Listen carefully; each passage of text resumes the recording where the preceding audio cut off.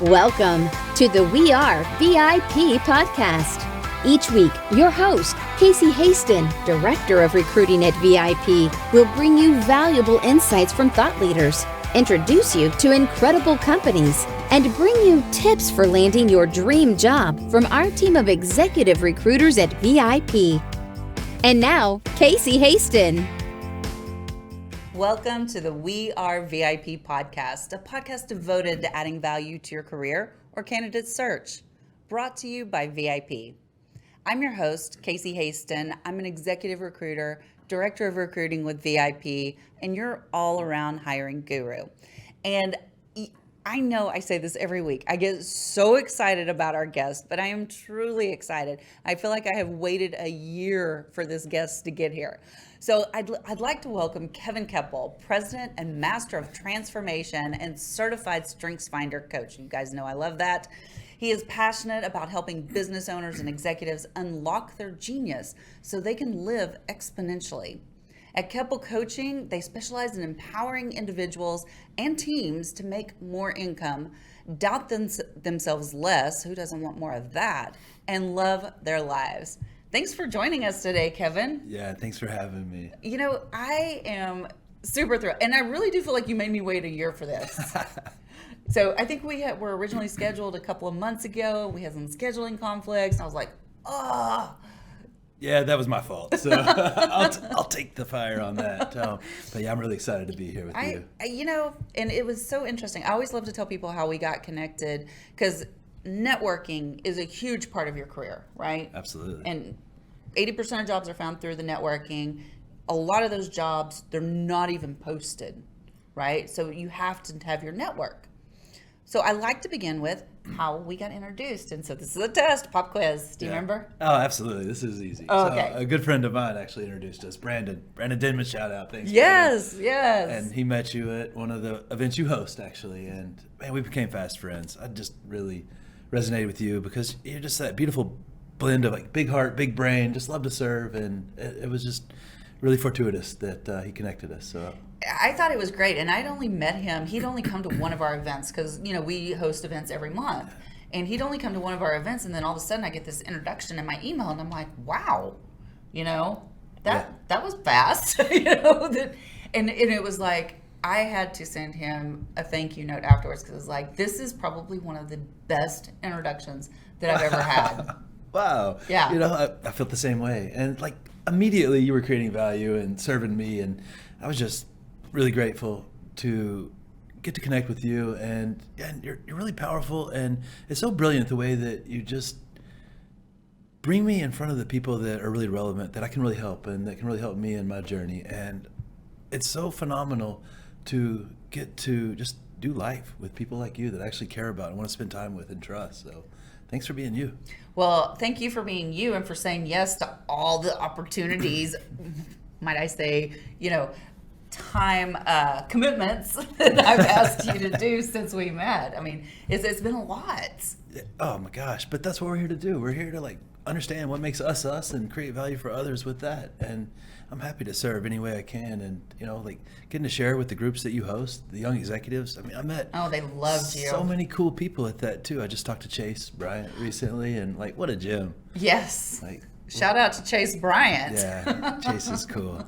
He's doing some amazing stuff too, and he's actually a competitor of mine, yet I promote him because I love the way that he is doing the business, bringing in that psychological tool as part of the hiring process. Yeah, and he's like you. He's just leading with his heart and just looking to serve people, and you know, more for him means more for you. I think competition is good for everybody. So tell us about Kevin. Tell us, let the world understand why I just fell in love with you and why we became such fast friends. Yeah, wow, what a question. No pressure. Yeah, well, let's make it short and sweet here. I'm president of a company called Kepple Coaching, and what the passion really is, we love to help people just create transformation professionally and personally. And over the past decade, I've gotten to work with leaders at really amazing companies like Chick-fil-A, Bobcat, Mary Kay, Benchmark Income Group, and all these other hundreds of leaders at small and mid-sized companies. And it's so cool because every time what we're doing is help people unlock like their peak potential so they can create maximum value for other people. And like, again, that's what we're all here to do, to understand what makes us us and how we can use that to create value for other people. We're all in this thing together. And, you know, I love serving leaders in that way. And because I've had people help me do that on my journey too. And I'm so grateful that that's how I get to serve. And when I'm not doing that, I love to be outside. I love to climb mountains. I just climbed Hunter Peak out in Guadalupe National Park last weekend. Oh, nice. Yeah, it was pretty cool. How tall is that one? 10,000 something feet. Okay. When I was going, is it like a trail, or do you have to actually climb? There wasn't like too much climbing. It's just a really steep trail, Yeah. and it's in the backcountry, so it's really, because everybody goes Guadalupe Peak, which is like the main one. It's a little easier, and so I wanted to go backcountry because I wanted it all to myself. And I saw a ranger at the gate, and she looked at me and she's like, "You know, that's like really steep." I'm like, I can do it. And so, but it was amazing, and so I love just getting out in nature and connecting like that, and I love really spending time with animals too. I do some work with SPCA and. I didn't know that. Yeah, not as much as I'd like to, but you know, I'm kind of like an ATM for them. They send me an email, I send them money, and it's a great relationship. But sometimes I get to go volunteer too, and just man, I love dogs and cats and just any animal, and I love kids too. I did some work with the Big Brother, Big Sister program, and yeah, when I'm not doing that, I like to read a lot and just chill. And I love people. I just like to be alone too a lot, and yeah, so. And then sometimes you coach. Oh, yeah. But really, I mean, the passion for me is really helping people just make these new decisions about who they are and what's possible and what their peak potential looks like. Because it's not that people aren't winning that I'm working with, but a lot of times, like myself included, you know, I've created success, and then there's like this almost achievement apathy. It's like, there's got to be more out there than this. I remember before I became a coach, like over 10 years ago, I was working in the financial services world, and I got a commission check for like $20,000 and some change, and that's a decent amount of money. Yeah. But I remember thinking, I was like, if this was $2 million, I wouldn't be that happy. I'd be like, this is cool, but there's no fulfillment here. And I knew I was like disconnected from what I was doing. And I had like a cool office with a park view, and like I loved who I worked with, and the company was awesome, but there was no like deep fulfillment or deep purpose in it. And it was really hard for me to get to this place to leave this really good career and become a coach. But I had a great coach who helped me see where I wasn't holding myself accountable to a bigger vision. I love what you just said there. So a couple of things. I want to go back to the SPCA, but I love what you just said there about you're a coach, but you have a coach. Absolutely. So in your mind, if you had to rate it on a scale from 1 to 10, 10 being the most important, how important is it for people to have a coach? Not that they're going to hire you, but just a coach. Yeah, absolutely. I would say it's 10. It is massively important. I mean, if you're truly a professional, you need a professional to help you see the things you can't see, because it's really hard to read the label from inside the box. I'm so glad you said that. I was going to say that. Because we're like pressed right up against the glass of our own life. Like it's hard to be objective about ourselves and to see our blind spots. That's why they're blind spots. And I'm actually working with 2 different coaches right now for 2 different areas. And I think it's so phenomenal to have somebody who every time I work with a coach, I get a quantum leap of some sort. Yep. Not just a little bit better, but a massive transformation. And, you know, like God sent us here to do work, not to just like be average. And if I want to be above average, I must treat myself above average. And like, that's what coaches will do. They'll take you anywhere you want to go. So I'm working on my first course right now. Ooh, that's exciting. Yes, and it kind of goes along with what you're saying, because you're like, we're not here to just be average. And I think when we talk about being average, we talk about people that just go with the flow. They just kind of go where the world tugs them, and they do, you know, whatever the path of least resistance is. So you're going to love this. The name of my first course, Disengage Your Autopilot. Ooh, that's brilliant. Yeah. I feel like you were just talking to me 10 years ago. But that's so good, because we get like stuck in these places of like, we're pretty good or even excellent at something, but that's preventing us from getting into this zone of genius. Like Gay Hendricks talked about in The Big Leap, which was amazing, because like when you're in your zone of genius, you're doing what only you can do. You're using your unique ability to create massive value for other people in some way. Yes. And that's the whole point. And the really cool thing is, I know in our first conversation, I was like, nobody's going to beat you at being you. Yes, like that's the secret sauce. Like we've got the market cornered on us. Like nobody can beat me at being me. But that's not a static thing. Like I don't become, this, powerful version of me and like use that forever. Like the only guarantee we get in life, or we get two, I guess, things are going to change and we're going to die. Yeah. Well, maybe three. You're going to pay taxes too. Yeah, probably, don't forget to pay taxes. Yeah. But things are going to change, and that's okay. Because what worked for me yesterday isn't necessarily going to work for me today, and that's okay. But if I need to control everything and have it a certain way, well, then I get this Groundhog Day effect. But I don't get to have fun like Bill Murray had in the movie, right? It's like just this regressive life, and that's so frustrating. And it's like personal inflation starts eating you up because you're depreciating instead of growing. Inflation. That's interesting. Talk about that. Yeah, for sure. Well, think about it. Like there's two options. There's either growth or there's regression, because there's no stay the same. If I stay the same, right, the world continues to revolve around me, not the way I want it to revolve around me necessarily, but I am getting outdated. I'm depreciating. Like a car, when you drive it off the lot, immediately the value drops. If you're not adding value to yourself and growing intentionally, then you're regressing, and that's personal inflation. Interesting. So I just started something new. I'm learning to play the violin. What? Yes. You just pick something easy to do? Like, this my looks God. easy No, enough. okay. So the reason I chose the violin, because I read a book. Can you tell me? We had this conversation. That's funny. Yes. So I'm reading a book on neurolinguistic programming. And for those of you out there who don't know what that is, that's where you can reprogram the neural pathways in your brain. And I'm all about the brain hacks, as I know you are too, and really figuring out how to maximize, this meat in our head to make it work for us, not against us. I don't want to be that reptilian brain. I want to be, the human brain. I want to have choices. I want to be in control of those choices. So that's why I'm studying NLP. I'm about to go get certified in it. Ooh, cool. Yeah. But they said you need to learn an instrument, because that's what helps to rebuild those neural pathways. And the one they recommended, which I think is the hardest instrument in the world, is the violin. I can't imagine. I'm telling you, when I first started, I was like, how hard can this be? Oh my gosh. Oh my gosh. I was like, it's not making any noise. I don't know what to do. I would have pulled out the recorder from middle school. This is what I'll play. But that's so cool, because that increases your neuroplasticity, which is the brain's ability to make and form connections. And again, progression or regression. If you're intentionally promoting that neuroplasticity, your brain is going to be very healthy and very strong.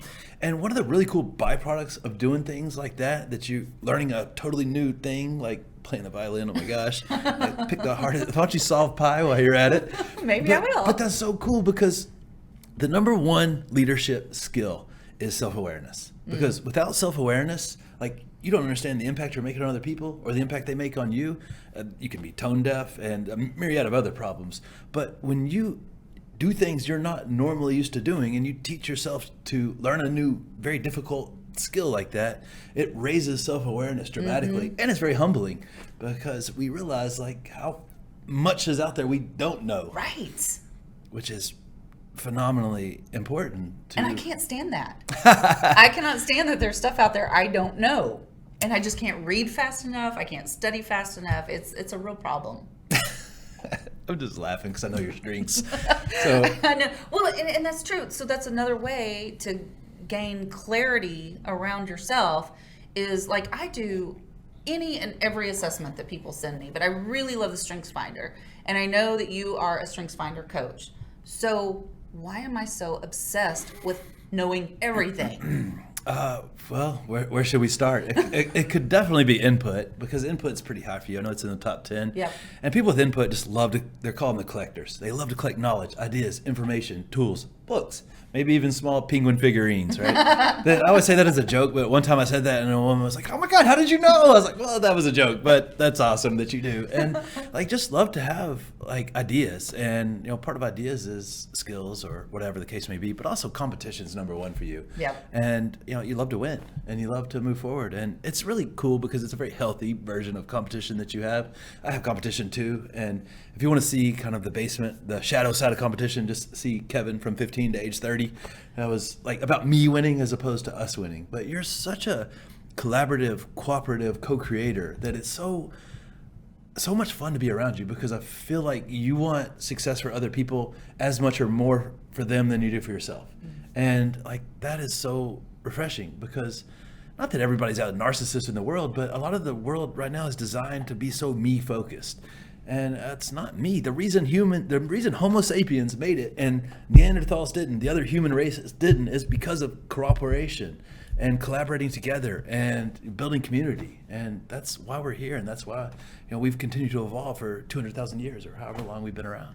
And I love that. It was so interesting. There was a post. Okay, I want to go back to two things. So the SPCA. So at Success North Dallas last week, one of our members, he is retired military, and so now he spends his time training service dogs. Love that. That is and cool. He brought one of his latest service dogs to the meeting because he brings the dogs there to desensitize them because there's so many people there. Sure. This one was not desensitized yet, but his name was Newt, and he had just picked him up from the prison. Wow. So he'd gone through the initial prison training, so the prisoners actually trained the service dogs. That's great. And had brought him up there, and Newt was awesome. And I've got pictures all over LinkedIn of Newt giving me lots and lots of kisses. Newt was very affectionate. What kind of dog was he? It was a Labrador. Oh man, they're so sweet. About a year old. Yeah. So it was, but it's fun because you don't expect that when you go into a professional networking setting to see a dog.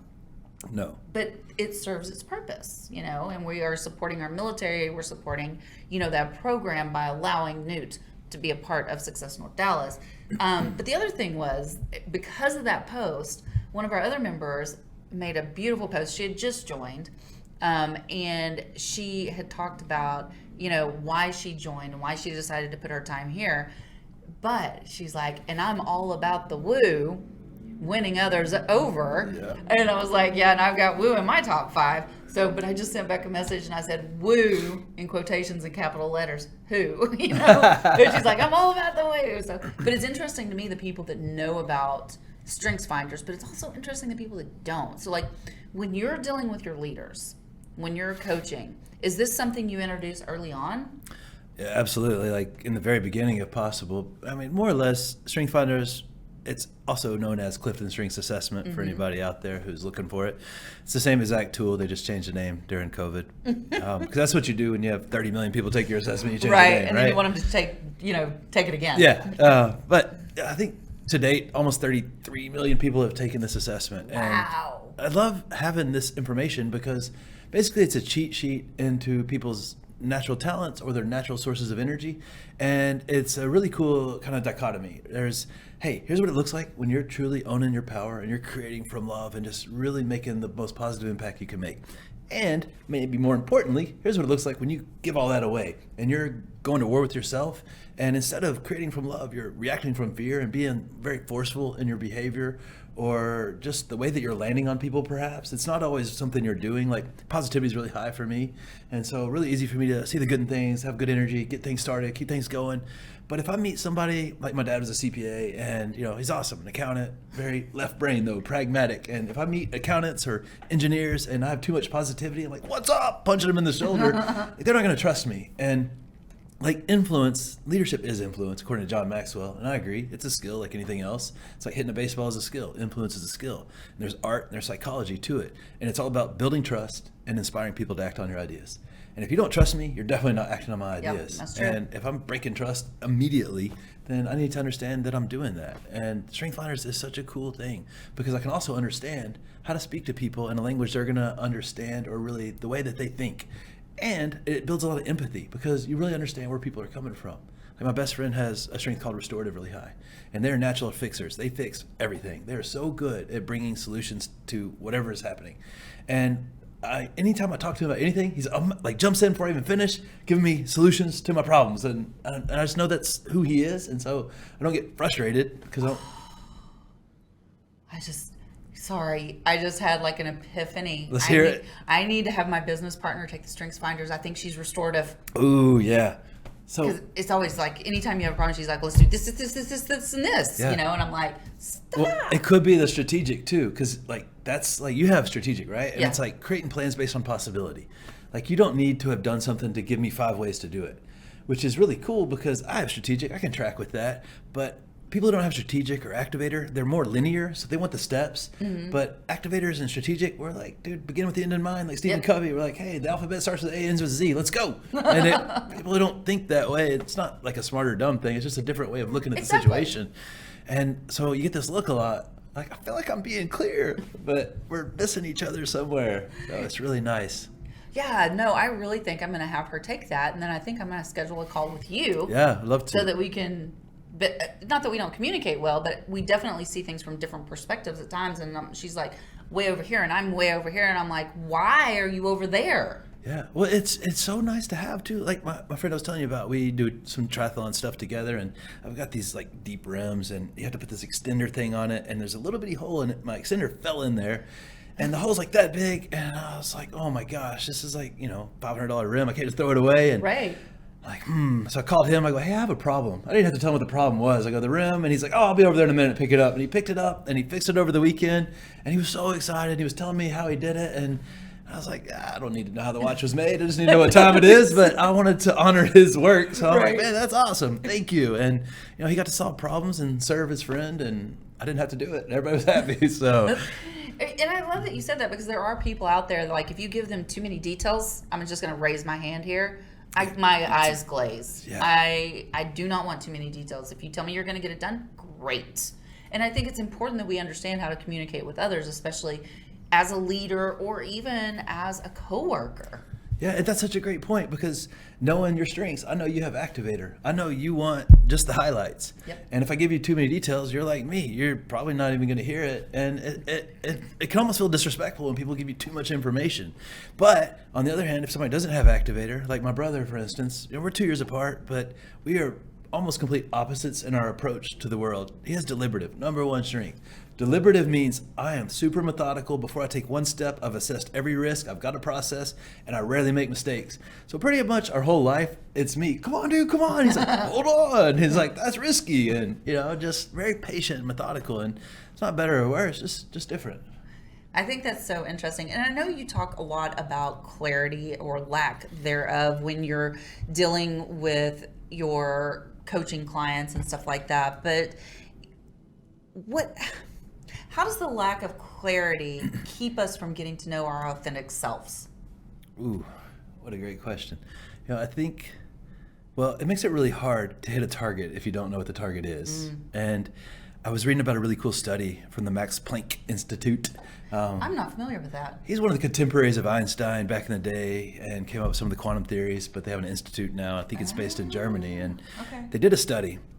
They took people out of the Sahara Desert, and they took them out to the woods somewhere, but they set them off from point A, and they told them to go to point B. But nobody was familiar with the landmarks. Nobody had a compass. Nobody had a map. So go to B from A. And what happened every single time? People walked in circles and went back to where they started.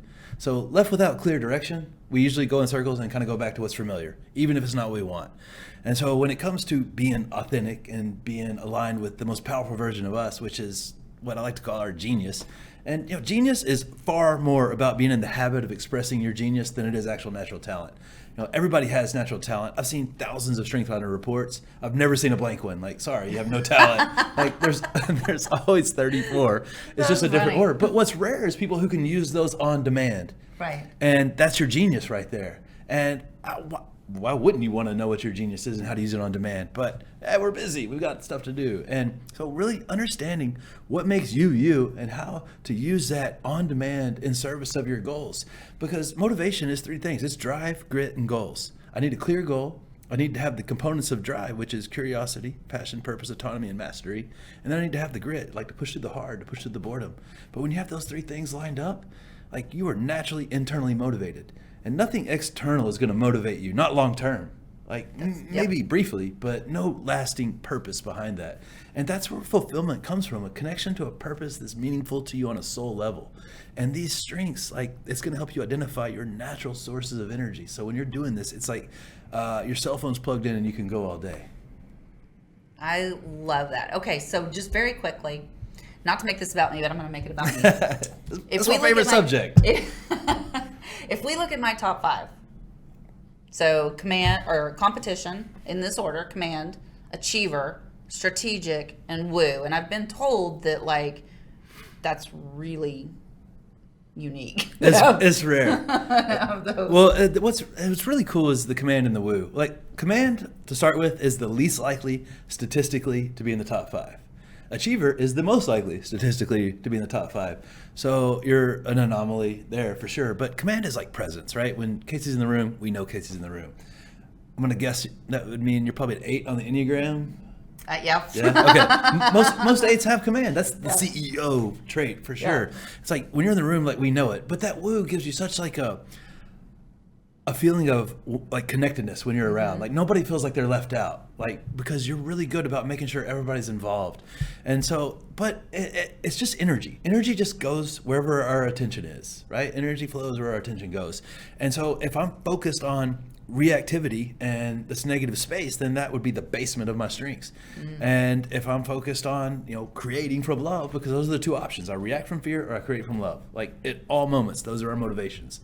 And fear wears all these hats, right? Pride, shame, apathy, but they're all based in fear. Yes. But when I'm creating from love, like, it doesn't mean that everything's amazing and I get to go to work at the Unicorn Ranch every day and the sunshine all day, but pretty good things generally happen when you're in creation. But the thing is, when you're truly owning your uniqueness and your most authentic self, nobody's ever seen you before. Nobody's ever seen this version of a human, because you're truly being unique. And that is going to make you really open to judgment of others, because people generally judge what they don't understand.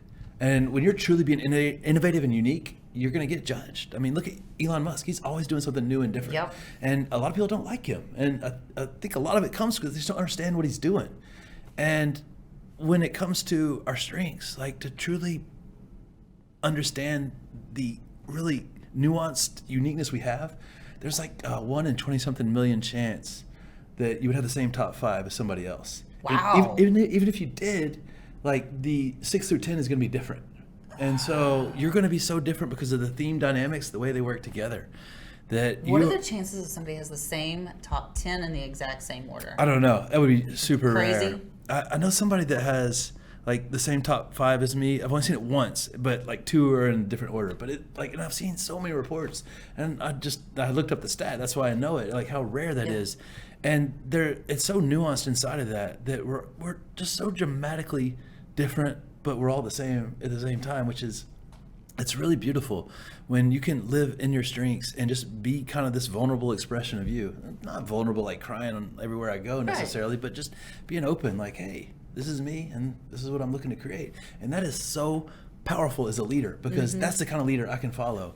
And you want to go through your strengths really quick and see the balcony in the basement? Yeah. Okay, so competition, number 1 strength. Let's do the basement first. If you were in the basement on all your strengths, meaning if you were reacting from fear, you would be so competitive. It would be just about Casey winning at all costs. I will stand on your throat if I have to. If I'm not cheating, I'm not trying. Command, like, it'll be my way is the only way. And I will run you into the ground until you get out of my way or go with me. Achiever, like, I'm going to be really busy, but maybe not necessarily productive, like, but very, very busy. Like, how was your day? It was busy. And then strategic, like, I am coming so far out of left field, nobody can follow me. And with woo, like, I'm just collecting relationships. As soon as I meet you, I'm looking over your shoulder to see who I can meet next, because I already met you. And it's just like, I'm just getting more people in the stable. But that's not Casey. Like, you're so beautiful in the way that you create from love. I'm going to start backwards. So woo, like, you make everybody else feel like they're part of something bigger than themselves because of the woo and because of the welcoming nature you have. Like, it feels like immediately like we're lifelong friends when we met. And I see that with everyone that you talk to. And that's so cool. You make people feel safe and they immediately trust you. And then with strategic, like, you can create plans based on simply possibility. You don't have to have done it to create a way forward. And you can help me see what the next best step could be, even if you've never done what I'm doing. And that's what makes you a phenomenal coach. Then achiever, you're extremely productive. Like, you can crush out a list like nobody else. And one of the things achievers do, I'm going to ask you, I don't know if I asked you this before, but we like list to cross it off, but we also like to write things down we've already done just to cross it off so we can see the movement. Yeah, that's like classic achiever. But then command, like, it's so cool because of the power and the presence you bring. You give us an anchor to create from. And we know, like, as long as Casey's cool, we're cool. And then competition, it's not about you. It's about us. Like, you make everyone better because of just being there. And you just have this, like, culture of, like, championship that you carry around with you. And it just by association, I get to be better by spending time with you. So thanks for sharing your genes with me. I love that, and I really do. And that was one of the things that my managing partner said when he saw this. He was like, how can she be so competitive? And he was talking to a prior consultant and lead a team. And that prior consultant said the same thing. It's like, because she wants to win as a team. Yeah, because she's healthy. Yes. Yeah. Yes, absolutely. And it's not because we're bad people when we're in the basement. It's just these like past pain patterns we get trapped in, and these things that the ego creates. It thinks we need to be complete and whole, but the good news is, like, we were born whole and complete. We're just His perfection, not this human perfection. Well, and I love that you make it so simple, because it's like fear or love, like basement or balcony. Yeah. Where are you leading from? So I could talk to you all day about this. This is incredible. What is your best piece of advice to make it general to anyone, like just to live life, to do life? Absolutely. I think mastering the art of choosing love over fear is one of the greatest things you can do for yourself. And a really simple way to do that is to be intentional about being present, because in the present moment, that's the only thing that's real. Like, futuristic is one of my strengths. If I stay in the future too much, I get anxiety. So I can't really do anything about the future. I can get more prepared for it. Yep. Or if I get trapped in the past, it's like guilt and depression. Yep. And so really, one of the greatest things you can do for yourself is to come into the day on your terms. We live in this highly distracted world. If I wake up and look at my phone first thing in the morning, I start going to the grams or Facebook or whatever, like immediately I'm in reactivity, and then I'm reacting all day, and generally reacting from some fear or some like past pain pattern. But when I come into the day on my terms with stillness, prayer, meditation, journaling, cold shower, like, feels so much more settled. And then I'm so much more still, because how I do anything is how I do everything. And when I can be present for myself early, then I'm present for the people in my life throughout the day. I think that is incredible what you just said, and I agree with you. I think my whole life, my whole world perspective changed when I got control of my mornings. Yeah. And it was huge, and I've been doing it for about 6 years now. And I can tell you, the person I was 6 years ago to the person I am today is completely different. I've probably grown more in the last 6 years than I did in the first prior. So I love that, and I think that's a great piece of advice. So this conversation, the time has just flown by. So I am going to ask you one of our VIP questions. Ooh. Okay, instead of all three of them, and I think the question that I'm most curious about is, if your life's work was being summarized in a news article, what would the headline be? What a question. It's such a good one. Yeah, that's a great question. I think it's so important to understand that the hard choices we make lead to an easy life. And so I think if I had to choose a headline, it would be Hard Choices Unlocked as Freedom. Ooh. How in the world do people find you? Any social media, Kevin Kepple, kevinkepple.us. I love new friends. So I love new friends too. And I was sitting there, so I just want to be very clear, because I was trying to give somebody your website the other day that might be reaching out to you. And I kept doing kevinkepplecoaching.com and all these and finally I was like, just go find an email from him, So it's kevinkeppple.us. Yeah, there's another Kevin Kepple out there. No way. I learned when Google came out, I thought I had the market cornered. He's apparently a very successful photographer in Washington. So does he have the same strengths as you? I have no idea, but we should call him and ask him. He's really talented with the camera. But I'm on LinkedIn, so you can find me there. And kevinkeppple.us. That's probably a good launching place too, right? Yeah, thanks. I love it. Yeah. Thank you so much for being here today. This has been amazing. I'm going to have to find another excuse for us to get together after this. Yeah, absolutely. I keep finding little things for us to do. But I just have one last thing to say to you. You are a VIP. Thanks, Casey. You too. You're awesome. And that's a wrap for today. Join us next week here on the We Are VIP podcast. We'd love to know how we can help you be a VIP. To find out more, log on to wearevip.com.